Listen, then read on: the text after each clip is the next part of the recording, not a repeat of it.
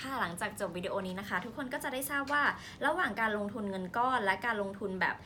ถัวเฉลี่ยต้นทุนการลงทุนแบบไหนดีกว่ากันค่ะ so which strategy is better between lump sum investing and dollar cost averaging That is a very complicated question. The answer to that question is very complicated. okay we'll try our best How do you say complicated in Thai? ซับซ้อน Sapson. So the first let's keep it simple. The first part of this is that this is not a question that the majority of people in the world should listen to. Don't listen to this question and my answer. If you're watching this video, don't listen to my answer. Why? Because you don't have a choice. You don't have a lump sum. A lump sum is like, oh, I got $100,000. I got $1 million baht. I got 30 million baht that I could invest in the stock market today. Not, most people don't have that. เนื่องจากว่าคนส่วนใหญ่นะคะไม่ได้มีตัวเลือกมากว่าเรามีเงินก้อนใหญ่ที่จะนำเงินไปลงทุนนั่นเองค่ะแปลว่าเราก็อาจจะต้องลงทุนแบบเฉลี่ยไปเรื่อยๆอันนี้ก็คือเป็นการที่อาจารย์อันดูพูดว่าคนส่วนใหญ่อาจจะไม่จำเป็นต้องฟังคำถามข้อนี้แล้วมันก็อาจจะไม่ใช่คำถามซะเท่าไหร่เพราะว่าคนไม่ได้มีตัวเลือกมากค่ะ So it's not really a fair comparison because most people don't have the choice of doing lump sum. โอเคค่ะมันก็ไม่ใช่ตัวเลือกที่แฟร์กันเท่าไหร่คือมันไม่เหมือนกันเนื่องจากว่าคนส่วนใหญ่เนี่ยไม่ได้มีตัวเลือกที่จะมีเงินก้อนใหญ่หรือเงินก้อนเนี่ยที่จะนำไปลงทุนณตอนนั้นทีเดียวนั่นเองค่ะ It's like asking me, should I buy this Toyota or this Lamborghini? Do we really need to discuss that? No, because it's not an option. So you got to buy the Toyota. โอเคค่ะก็เหมือนกับว่าอาจารย์อนุก็เปรียบเทียบว่าถ้าเกิดว่าถามว่าเราควรจะซื้อรถโตโยต้าหรือซื้อ Lamborghini มากกว่ากันคือถ้าเราไม่มีช้อยส์ค่ะเราไม่ได้มีเงินมากพอแปลว่าเราก็ต้องเลือกโตโยต้าอยู่แล้วนี่ก็คือ So, but let's take a look. Let's just say that you're watching this video and you say, Andrew, my parents just left me 30 million baht, a lot of money, and now I have a lump sum. Should I put that in the market little by little over a couple of years, or should I just put it all in the market right away? แล้วก็อาจารย์อันดูนะคะก็ยกตัวอย่างว่าถ้าเกิดว่ามีคนหนึ่งแล้วแบบพ่อแม่เขาเนี่ยค่ะยกเงินให้เป็นมรดกเนี่ย30 ล้านบาท เขาควรจะทำยังไงดีคือจะลงทุนเป็นเงินก้อนเดียวเลยหรือว่าจะค่อยๆแบ่งเฉลี่ยลงทุนไปเรื่อยๆค่ะ So to answer that question, I have to ask a question. You ready? Okay. So when that time, let's say that time is today. You get that 1 million, that 30 million baht today. The question I have to ask you is the stock market cheap,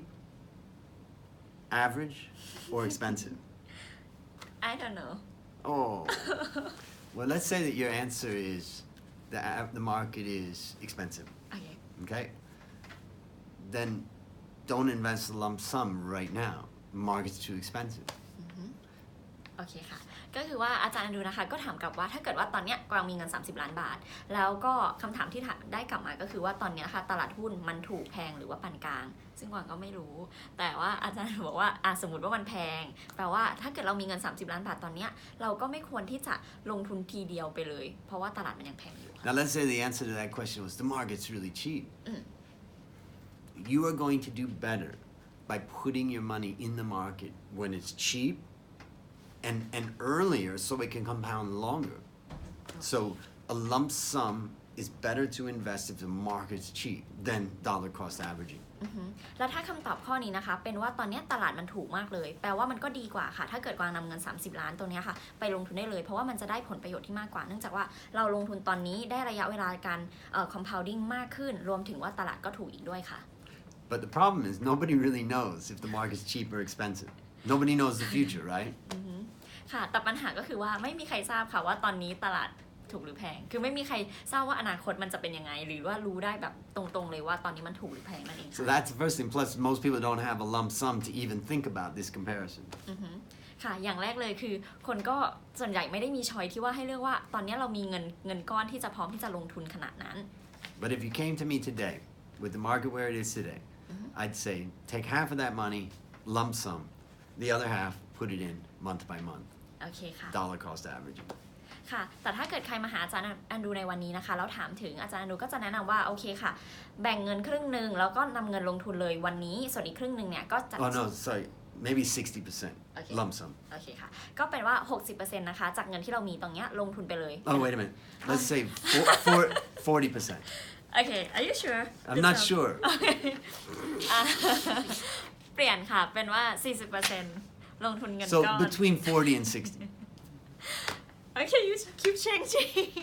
The point is nobody really knows. So the answer to the question is there's no real answer, but there's nothing wrong with doing some lump sum and then some contribution as. But most people don't have this problem anyway. So. โอเคค่ะก็เท่ากับว่าเราสามารถแบ่งเป็น 40-60% หรือส่วนหนึ่งนะคะในการที่จะลงทุนเป็นแบบเงินก้อนไปเลยส่วนอีกครึ่งหนึ่งหรือส่วนที่เหลือเนี่ยนะคะเราก็ลงทุนแบบ DCA นั่นเองค่ะ You have any more questions? Does that explain it? What was the question? What strategy is better, lump sum investing and dollar cost averaging? So what we've learned from the short answer is lump sum investing is much better if the market is cheap. ค่ะ Because you're putting the money in now at a really low price, it's able to compound over a long time. ค่ะและคำตอบสำหรับข้อนี้นะคะก็คือว่าถ้าเกิดเรามีเงินอยู่แล้วเป็นเงินล้ำซ้ำเงินก้อนเนี่ยมันก็จะดีกว่าค่ะถ้าเราลงทุนไปเลยเนื่องจากว่าเราจะมีผลประโยชน์จากการว่าระยะเวลาที่ยาวแล้วก็เมื่อตลาดถูกด้วยนะคะถ้าลงทุนในตลาดที่ถูกเราก็มีระยะเวลามากขึ้นค่ะสำหรับการ compounding นั่นเองค่ะ